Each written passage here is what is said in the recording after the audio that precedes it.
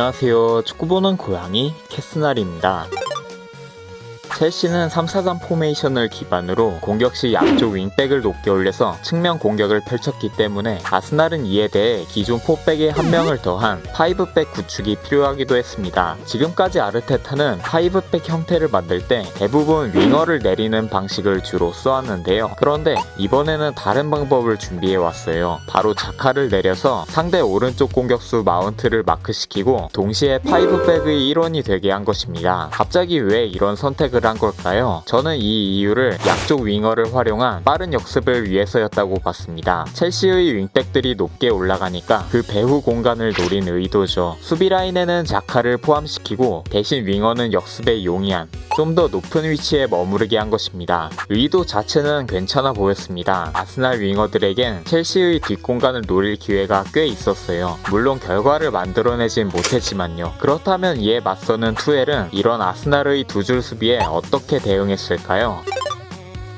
왼쪽 공격수 하베르츠의 움직임이 핵심적이었습니다. 첼시가 공격 상황에서 공을 왼쪽으로 보내면 아스날은 오른쪽 윙 페페가 압박하러 자리를 비우게 됩니다. 여기서 주목할 점은 하베르츠가 그 빈 공간으로 이동한다는 것입니다. 이런 움직임은 중앙에 있던 로콩가를 유인하게 되는데요. 이게 어떤 효과를 낳게 될까요? 첼시가 왼쪽으로 공을 돌리는 상황이고 페페가 압박하러 나갔습니다. 하베르츠의 움직임으로 로콩가가 유인당하는데요. 로콩가와 로우의 미드필드 사이가 벌어지게 되면서 원톱 루카쿠에게 전진 패스를 넣을 수 있는 패스길이 열리게 됐습니다. 루카쿠는 등지는 플레이로 공을 지켜낸 뒤 동료에게 내줍니다. 이어서 침투하는 윙백에게 패스가 들어갔고 그렇게 선제골이 만들어졌죠. 이렇게 하베르츠의 미끼 움직임은 루카쿠에게 향하는 패스길을 만들어내는 데 효과적이었습니다. 아스날로 예를 들면 지난 웨스트햄전 웨데고르가 했던 것과 흡사하다고 볼 수 있겠네요. 두 번째 골도 마찬가지로 하베르츠의 움직임으로 만들어졌습니다. 역시 페페가 압박하러 나간 공간으로 이동하는 하베르츠입니다. 로콩가가 따라붙네요. 이어서 하베르츠가 윙백 알론소와 함께 2대2로 맞붙게 되는데요. 하베르츠 혼자서 두 명을 끌어들이고 개인 능력으로 공을 빼내는 데 성공합니다. 공을 이어받은 알론소의 중앙 패스가 이어졌고 반대 전환을 거쳐 두 번째 골이 나오게 됐습니다. 이렇게 하베르츠의 움직임은 첼시의 득점에 중요한 역할을 했다고 볼 수 있는데요. 이 두 골 장면의 공통점이 뭘까요? 모두 왼쪽에서 만들어졌다는 것입니다. 얼핏 보면 티어니의 책임 같아 보입니다만 사실 여기엔 아르테타의 전술 문제가 더 컸습니다.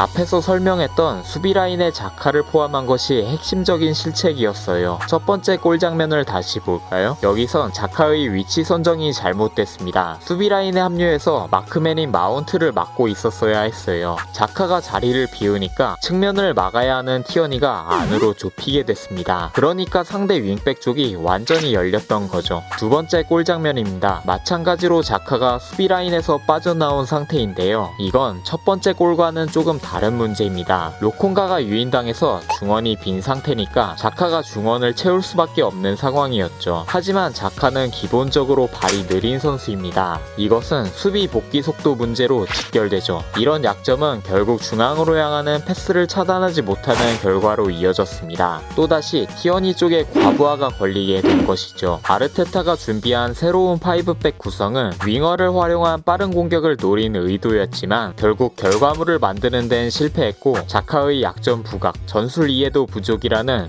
문제를 야기하게 됐습니다. 여기에 투에르의 미끼, 하베르츠를 활용한 공격이 굉장히 잘 파고들었다고 볼 수 있겠네요.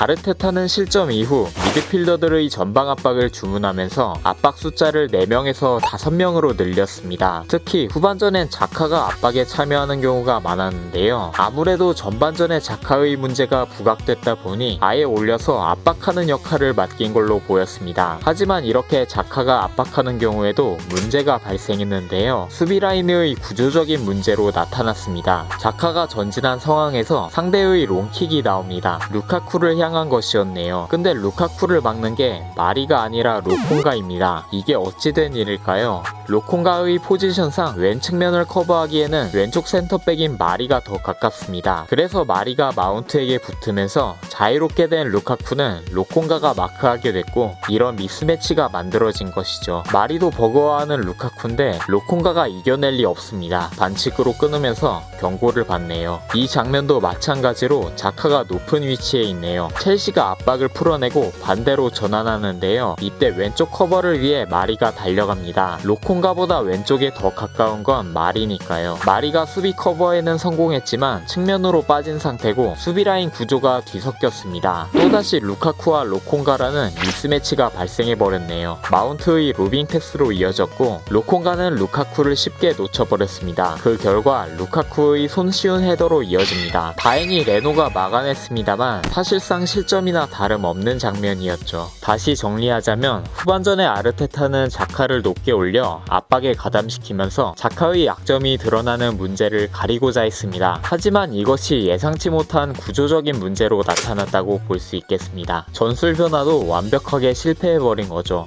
적장 투엘에겐 찬사를 보내고 싶습니다. 전술 움직임에 따른 적절한 선수 배치가 정말 완벽했어요. 아스날 팬으로서는 경기를 져서 매우 슬펐지만 분석가로서는 경기를 살펴보는 게 참 재밌었습니다. 반면 아르테타에겐 실망했습니다. 아르테타의 경기를 매번 분석해왔지만 이번처럼 충격적인 경기는 난생 처음이네요. 허점도 너무 많았고 일주일 동안 뭘 준비한 건지 잘 모르겠어요. 긍정적인 점을 찾기가 어렵습니다. 그래도 이건 좀 재밌겠구나.